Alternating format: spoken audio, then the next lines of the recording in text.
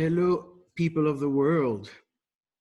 This is Maurice Fernandez, and I'm making this video to help us understand what are the next steps for the year 2020. Call this phase 2 because we had a first video about 2020 in January.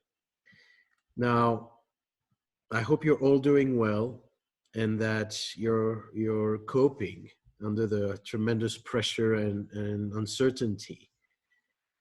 My hairdresser canceled all her appointments, so that's why my hair is all over the place and I have a long beard. But it's part of the Corona fashion, we'll call it. So today I would like to speak about the second phase of the planetary alignment for the year 2020. And when I speak about that, I want to backtrack a little bit and return to the context. You know, we astrologers wrote about the year 2020 through articles and videos. We knew it was going to be a game changer. The planetary alignments are unprecedented. It's not only one, but it's a series of very dramatic alignment that change the fabric, the structure of our society, the leadership, and of course it affects our sense of security. So as astrologers, we may not know exactly what's going to happen, if it's going to be a virus that's going to be the trigger, or if it's going to be Trump's impeachment trial. It's hard to know exactly what the form of the manifestation will be, but we do understand what the climate is. We do understand that 2020 is a year where the sense of security and structure is dissolving, and where there's a complete redistribution of power. Those who are on top of the wheel may come to the bottom, and vice versa. We know that it's a time where the economy is going to be terribly challenged. And I want to stress out the use of astrology.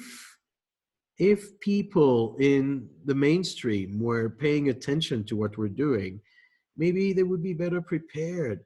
What I can share, just a week ago, a client of mine said, "Oh, Maurice, thank you for telling me about 2020. We sold our property on December 2019. And we had an amazing deal, and now, it's all going down. We wouldn't have been able to sell our real estate at this point. You told us it was going to crash and tank." And so that's what astrology is about. It's about understanding we are part of larger cycles. And the purpose is not only to tell you, oh, it's going to be a virus and sell your property, but it's to understand the intention. If we look back at January, which is a trigger point, even though the coronavirus was already in process before, and even though, the corruption charges against leaders and people in position of power started before, but there was some kind of turning point starting January. And one of the first alignment was the alignment between Pluto, the planet Pluto, and Saturn. And one of the intention for that is accountability. This is why so many people in position of power are basically caught with their pants down. And we spoke about President Trump and the impeachment trial and corruption charges. But we also see the leadership, in the course of this crisis. How is he managing? And it's still a work in process. And it's all a surprise to us all. But all our leaders are going to be tested. Now, you also had a big scandal in the Kundalini yoga a community where, again, a leader, a spiritual leader who was supposed to be, above it all, was, after he passed, 15 years after his death, allegations of sexual abuse and really terrible misconduct were revealed, and, once again, caught with his pants down. So this is a year where we are held accountable, not just our leaders, every one of us. It's a time for karmic purging. The planet Saturn has to do with karmic realignment. Pluto has to do with shadow work and power. Both of them together have to do with the redistribution of power.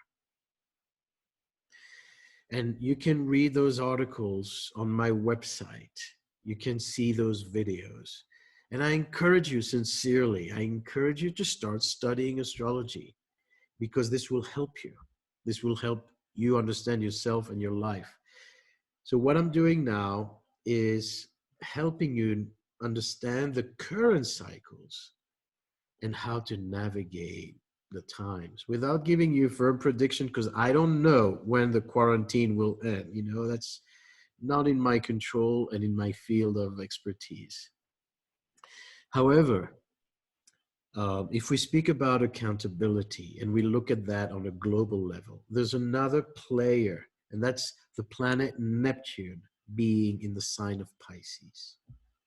I'll give you a brief explanation. The sign of Pisces has to do with nature, with the forces that are larger than us, that we cannot control.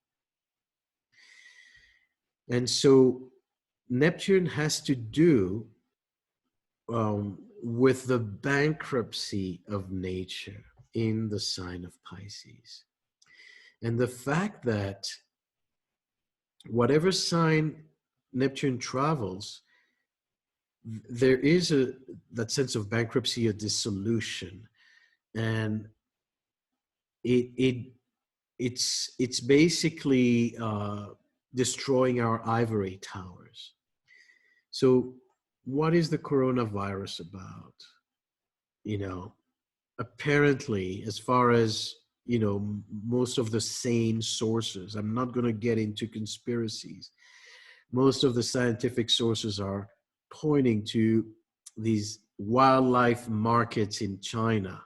And it's been known that these wildlife markets and bushmeat consumption is a Russian roulette. So what we see now with this lockdown, we see how nature is responding. And it's part of that karmic alignment, I'm going to come back to this slide. But think about this. How for the first time we can see fish in the canals of Venice, and how pollution in China and all over the world is really plummeting. And finally, we can breathe fresh air. And interestingly, the corona affects our lungs. That's the price we pay. That's part of the karmic realignment. Has a lot to do with lungs. Lungs is also related to the heart, to grief, and to heart-centeredness, caring. So the positive aspects of this crisis are that people are coming together and helping each other, and that nature is having a break. Think about realignment. Think about the abuse of power. Think about the abuse of nature, and about the fact that China has depleted Africa of its resources, of its animals. The poaching of elephants and rhinos and pangolins is without precedent. Pangolins are at 6% their number. 6%. And then we have this virus that puts us on a standstill. That's what Saturn is about. Stop. Take responsibility. Understand how you've been leading your life.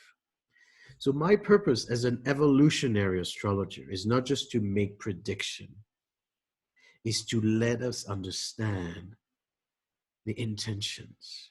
At least try to get to the bottom of this and to understand that pain, discomfort, and challenges and crises are not in vain. They're not just to annoy us. It's part of the larger intelligence of life. Another thing that is happening now is that the North Node, which is an axis of destiny, is in the sign of Cancer and Capricorn. And Cancer has to do with family. It has to do with emotional health. So we're moving away from the Capricorn energy, which is ambition, achievement, and pushing ourselves more, stronger, to go back to the basic Cancer, to family, nurturing, healing. People born with this are usually people who need to downsize, who need to simplify. And this is a life that's going to be for them not about achievement, but about healing and about a support system, creating a support system. So now we have, the big capitalists of the United States that speak about free markets and about privatizing everything. Suddenly the government now wants to give free checks to every American citizen.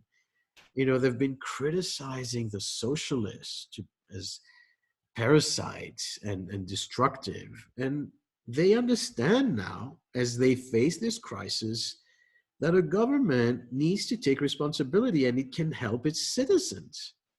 So it really puts things into perspective when we realize, sometimes we just need to listen. Sometimes we just need to shut up. And, we're having this wave of panic, toilet paper crisis, and much more. But the most difficult thing is our elderly population, and Capricorn relates to the elderly, to the mature, to those who have the experience and the wisdom, to our ancestors. And we see that in this intense alignment in the sign of Capricorn, that they are the one who are the most vulnerable to this virus. So let's be thankful that they are here with us, and let's take care of our parents and grandparents and not forget them, because we live in a society where we tend to disconnect from people who are not in their prime. So this is another wake-up call for us. Where are we at now? March 23rd, we have these very, very strong alignments.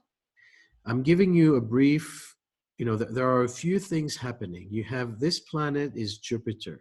This planet is Pluto. This planet is Mars. This planet is Saturn.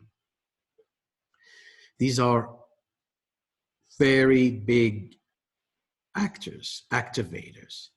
The planet Mars is the one that moves the fastest. So think about it like a clock. And each of these planets is like the hand of a clock, the celestial clock.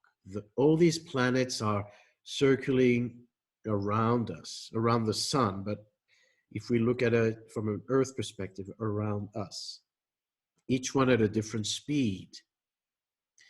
So this is like a cosmic clock for us. And Mars is the fastest in this group. So Mars is going to touch Jupiter on March 20th, then touch Pluto on March 23rd, then touch Saturn on March 31st. So back to our chart here, that Mars is going to touch Jupiter, Pluto, then Saturn. And Mars is action, it is activation, it's aggression. You know, it's the god of war. And now we are at war. Not the typical war, the one we think about politically, but it is a battle against this virus, a battle for our economy, and a battle to make sense of this. Everyone is struggling to a degree or another.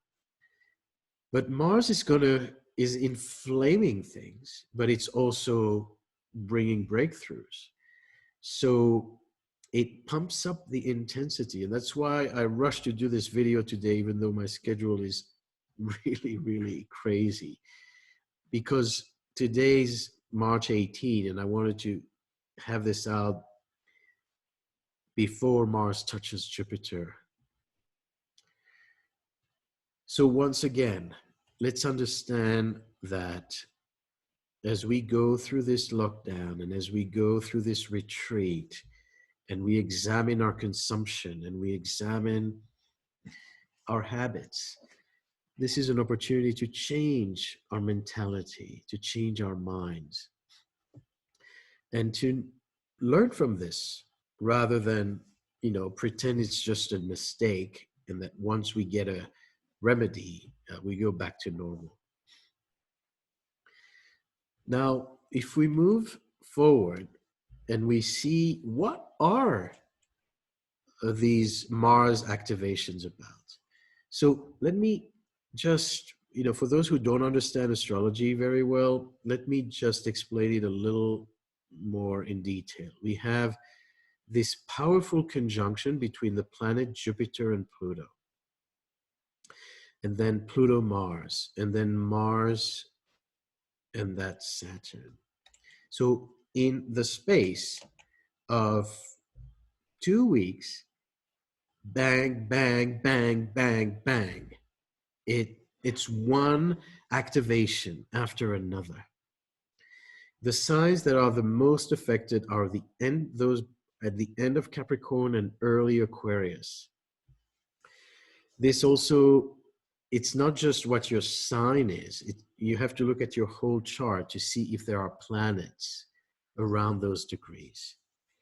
Now, what is Mars Jupiter and what is, Jupiter Pluto? We want to pay attention to this one, the April 4th.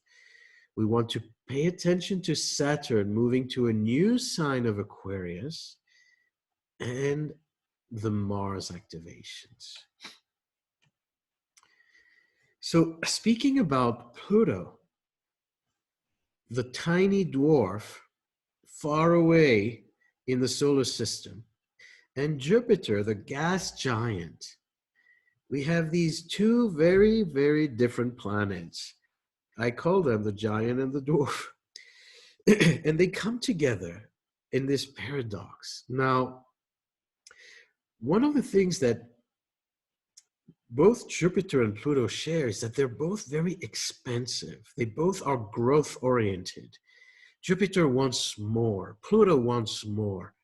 And people born with Pluto-Jupiter aspects or conjunctions are people who are incredibly, incredibly resourceful. These are folks that can create a lot of wealth, that can come with tremendous wisdom. But they work very differently. Pluto represents power, but through magnetism rather than show. So Pluto is very discreet in its presence. It's far and it's tiny, but its impact is life-changing. It's tremendous. It builds and destroys. So size really is not a factor for Pluto. Impact is a factor. So when we look at Pluto, we look at the shadow. We look at the things that are under the surface, and we look at the need to deconstruct, to build a new vessel. So we're taking down the old structures and rebuilding new ones. Whereas Jupiter is usually a planet of abundance, of big size. Here, the bigger the better. But in the sign of Capricorn, Jupiter represents ambition, and it represents the need for true wisdom, true teachers. Like we said, it's about earning your leadership. When these two come together, people born with this, or when we experience that in the sky, every 13 to 14 years, they come together. So now in 2020, the last time they were together was, I believe, in 2007 and 1994, and then 1982, and so forth. Now, each time they come together, it's an opportunity to expose something that is not,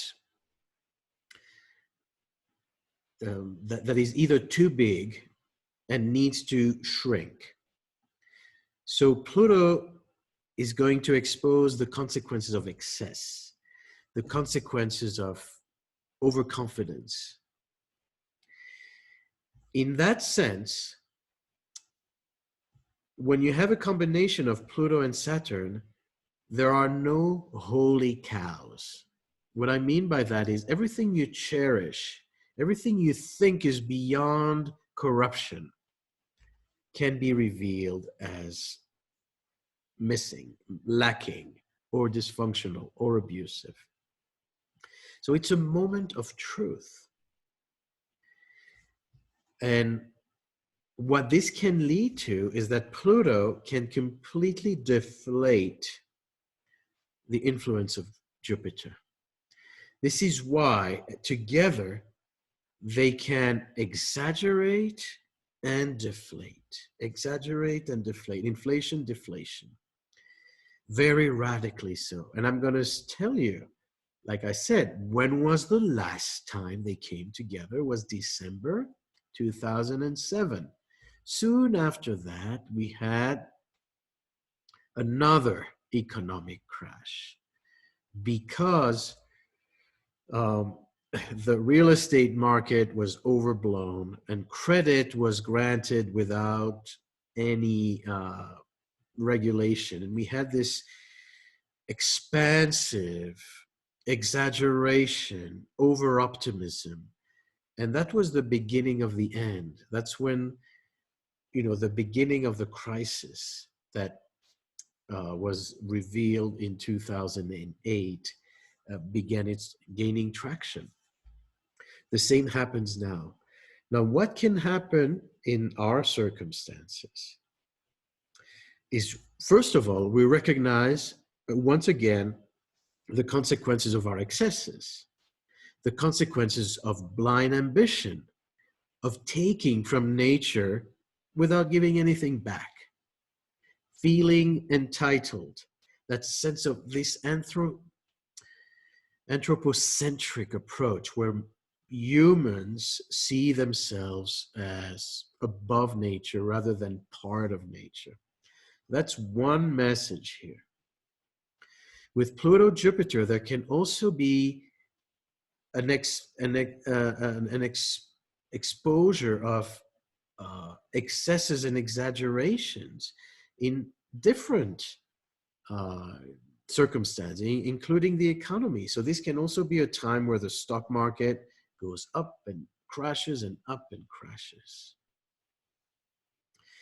What we can also anticipate, Jupiter has a lot to do with the law, and it's in Capricorn, which is a sign of legislation and structure. And it has a lot to do also with religion, ethnicity, culture. So when Pluto and Jupiter come together, there can be a crisis around these themes: abuse of law, misuse, excess of regulation. There could also be um, racial tension mounting. I don't know if it's directly related to the coronavirus, could be incidents that are not related, but this is something we need to pay attention to. And it's not only now in April, May, but this is a conjunction that occurs all through 2020. So we have to be very careful about racism and aggression around that. I'm going to show you some examples. So let's look at, I'm going to come back to this, ideological battles, racism, as well as natural events. When these big giants come together, they can create tremors. Because it's in the sign of Capricorn, which is earth sign, we suspect, there may be vulnerability to earthquakes. Now, we talked about expansion and deflation. So be careful about excessive optimism. Anything that is too promising right away can be revealed as unreliable. Don't rush, test. And also test what the preacher, what the teacher, what you are saying. Measure your words, provide references. The positive thing about this Pluto Jupiter is that, like I said earlier, it's very growth oriented. And so it creates an incredible capacity to be resourceful. One of people born with Pluto Jupiter are people who can survive anything, because they can go down and they can, reemerge, go down into the shadow and then come up again victorious. So that's a positive message, is that as challenging this road is, there's something that is, we're building a new immunity. We're developing a new perspective. But I think even on a cellular level, as we face this virus, we're going to strengthen our immunity. And that's part of this Pluto-Jupiter connection. People born with that are not just very resistant to diseases, but they're going to be very resistant to challenges. It's very hard to take them down. They, I call them sometimes indestructible people. So there's something about their resilience and the ability to, once somebody chops your head, to grow 5 more, that is very much in the Pluto-Jupiter paradigm. Now, look at these people born in earlier conjunction. Mohandas Gandhi. Like, is he resourceful? Is he someone who was indestructible? Pretty much, even though he was assassinated, his message lived on and he changed the world. So he fought racism and he rose from nothingness to become an icon.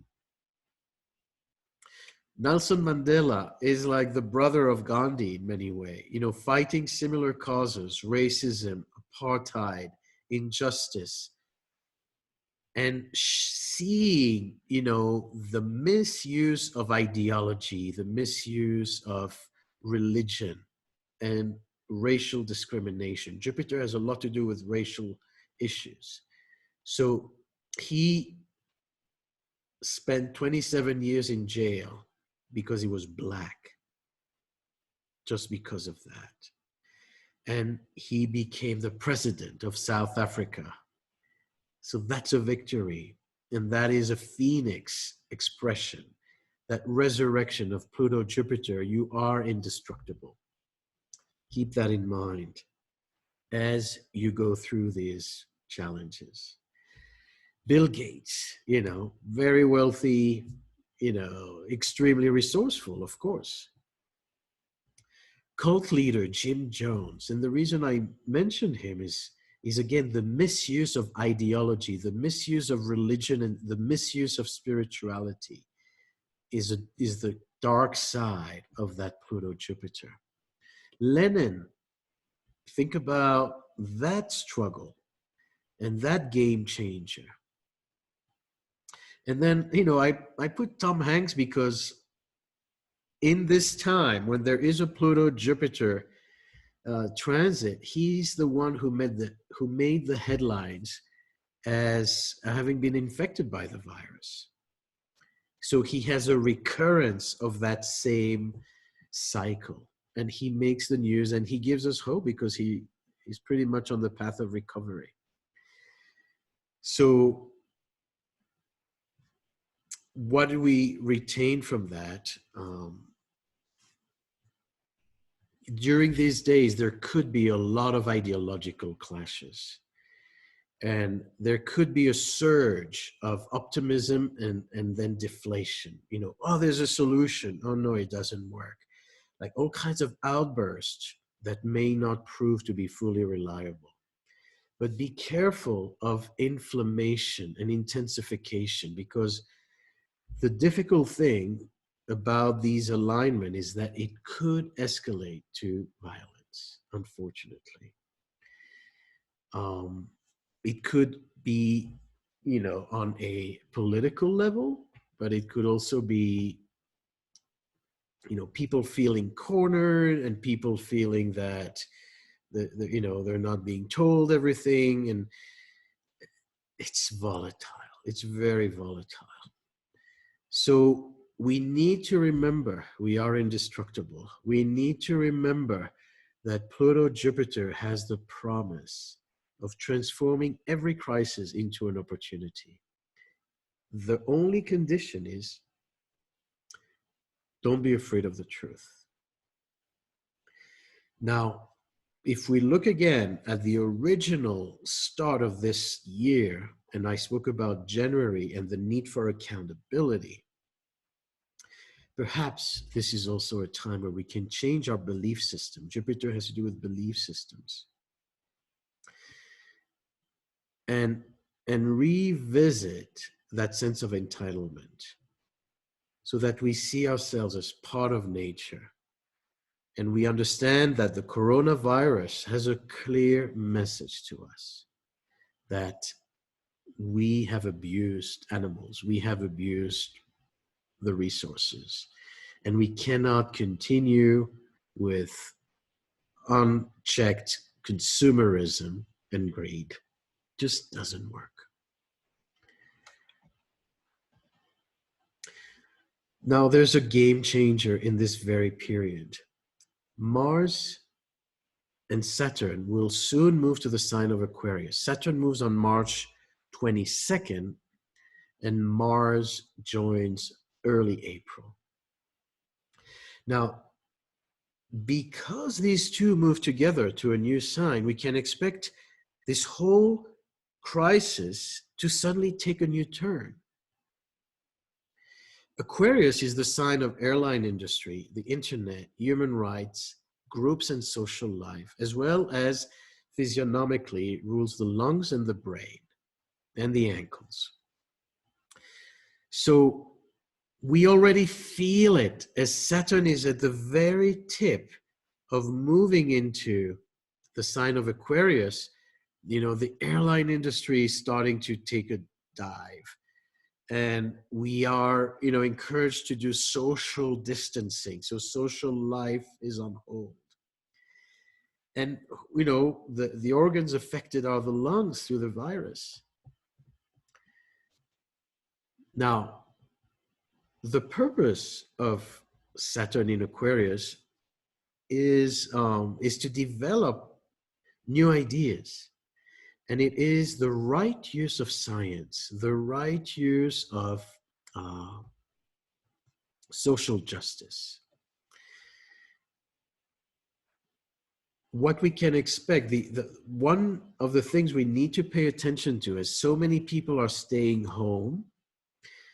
I'm not sure about this, but there could be an overload of internet use because everything is migrating online.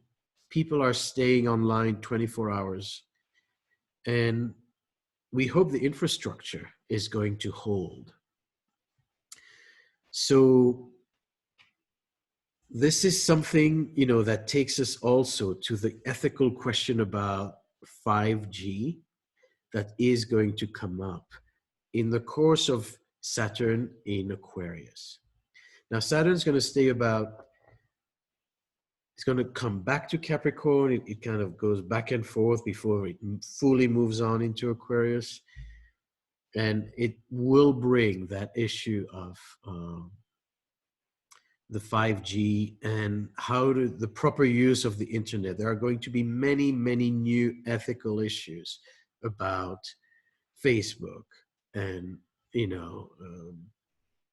facial recognition and 5G and the loss of privacy, and all these things are going to be restructured during the time of Saturn in Aquarius.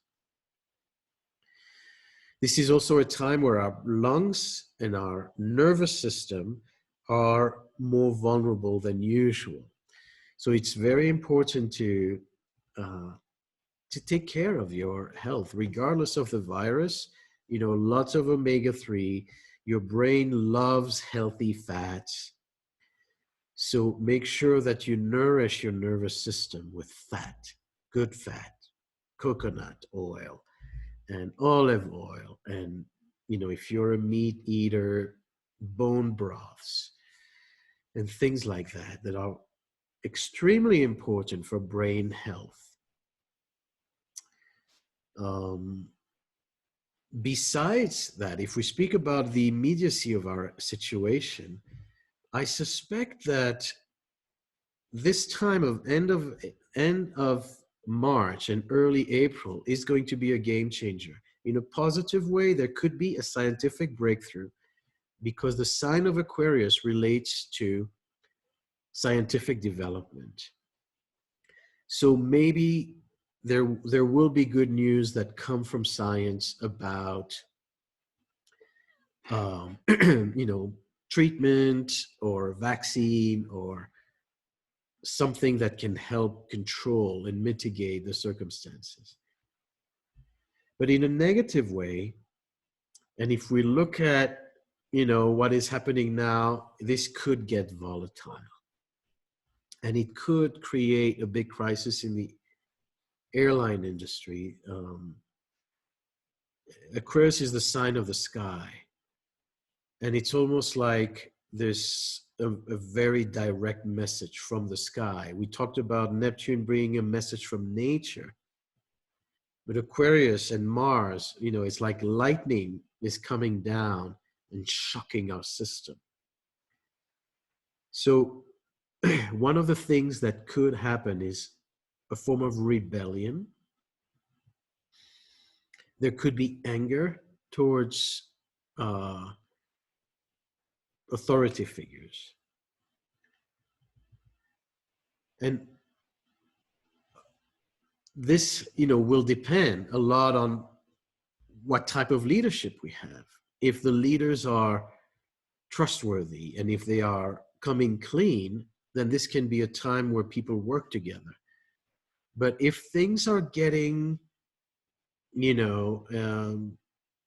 if trust is questioned and people being quarantined feel that they're not being told everything, that things are not happening, in a fair and just way, there could be a reaction with that Saturn, Mars, and Jupiter coming together.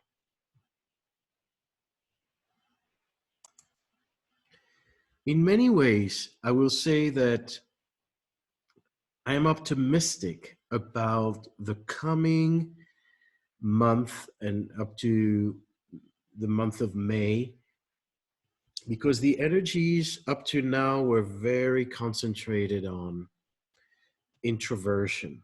There was a lot of earth and a lot of water. Even into the North Node is in the sign of Cancer. The North Node is always a karmic direction, and the sign of Cancer points to home. So here we are confined to our homes. But it's shifting. In April, the nodal axis moved to Gemini. Many planets now are going to move into fire and air signs, suggesting there's a great probability that people are going to come out again, that they're not going to be as confined as they have been. Not saying the crisis is over, because first of all, we see that the month of March and April are very dramatic, and it can escalate in ways that aren't predictable. It can escalate into conflict, it can escalate into rebellion, and as well as infrastructure crashing. There could be natural events that add to the contamination fear. We don't really know what form that is going to take. However, it seems like we are going to be more proactive. We're not going to be passively held back as much. I want to, however, let you know that if we look into the end of 2020, August into December 2020, the drama continues. And this is a time where many, many things could really get very volatile. It wouldn't be surprising if the election, even in the United States, would be rescheduled. Because things are so unstable. It's a good opportunity for us to clean the slate. It's a time of destruction. So this whole year is basically a roller coaster.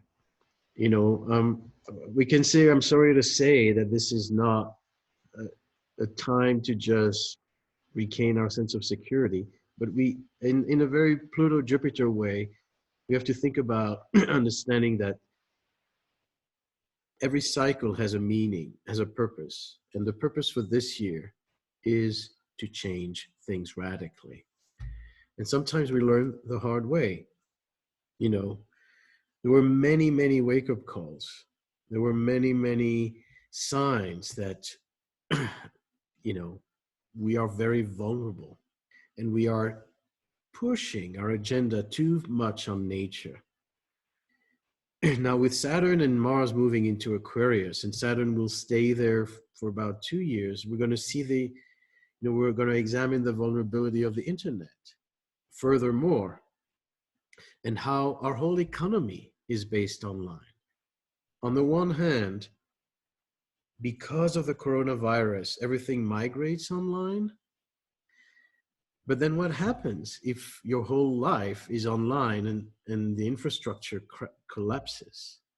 What happens, if again, the virtual world is exposed, we start to see its limitations. So these are questions that are going to come up in either in the immediate future or in the coming few years. What I would like to encourage you is to understand that there's definitely a solution. We see that we regain control. However, even though things are volatile and there's a lot of insecurity still, and we need to be improvising, we move into a more assertive time. We move out of the passivity. We move out of just staying still and withdrawing to a phase of more action.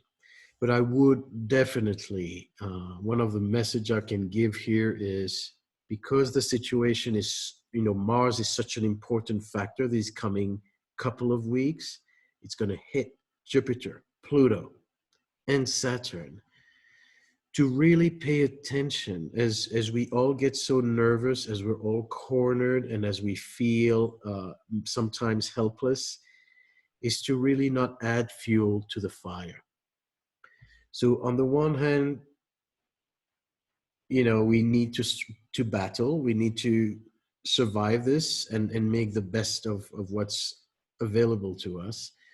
But on the other hand, it's really about choosing our battles and not inflaming our environment even more, and not getting into stupid arguments, and not let the morale and the stress basically lead to outbursts, because you need your energy for more productive things. You'll need to save it for your creativity and for rebuilding yourself when comes the time to re-engage. The other message is that we're going to see, with Saturn moving into Aquarius, a lot of questions about science. Science in the past couple of years, at least, has been disregarded. Now, as astrologers, we don't trust science completely, because science makes fun of astrology. And I'm talking about scientists, because if those who are doing true science and remaining objective in their research, they are usually very level-headed. But we live in a time where there are so many questions about the use of science, and about the disregard of science, and about hijacking science to prove your point. There are 3,000 scientists that would agree with my point of view, but there are 300 more that agree with mine. And we end up basically using science as a weapon rather than use it for research and for really getting to bottom line answers. At the same time, as I said, science is also an evolving body. Science is constantly redefining itself. We make new discoveries. And we astrologers know that, we're misunderstood by the scientists. And yet, this speaks for itself. Astrology saw this process, anticipated to the year 2000 to be a game changer. So it's there, we must use astrology positively, and we must recognize its value, because it will help us navigate in these times of tremendous intensity. So I'm going to come back with more reflections on the upcoming trends. There's going to be a phase 3 and a phase 4. And stay healthy. I would like to encourage you to join our what we call OPA retreat, that was scheduled to originally take place in the Red Rocks of Utah. So we're migrating online because of the circumstances, and everyone can join for only $295 for part 1. So no hotel bills and no travel expenses and no meal expenses. You just plug in and you can join an amazing program. And the main focus of the retreat is the tracks. So aside from all the short talks that you saw listed here, you have these tracks which for 3 days you're immersing for 4 hours with your mentor. Horary Astrology, a writing workshop for astrologer. Those of you who want to become astrologers, you need to learn to write properly, professionally. And so that's what it's about. Predictive astrology, this is what we're doing now. Jupiter and Saturn, the big players of this year. Christopher is, really gifted about that. If you're new to astrology and you want to learn, that's an opportunity. We have a track for absolute beginners. I'm going to speak about physical and mental health. Roy Gilley is going to speak about the karma, and he's a really very well-known mundane astrologer who understands collective trends. But he's going to also apply this to our own personal chart. Kate Taylor about relationships, which is, it's an evergreen. And Lauren Albania is going to speak about Uranus. And as with all these planets moving into Aquarius, Uranus is the modern ruler of Aquarius. It's very important to understand its mechanism. You can come to my website if you're inspired by astrology and want to really not just get the bits and pieces, but change your life. Find meaning in your life. It's a worthy commitment. My sense is that astrology is going to be the tool of the future, because we are going to understand how indispensable it is, how critical it is, and how it's important to use it ethically and professionally. Anyway, enough ranting. I wish you all very well. Please take care. Please choose your battles and have a sense of humor about it. And we'll meet on the other side of this together, not online. Thank you.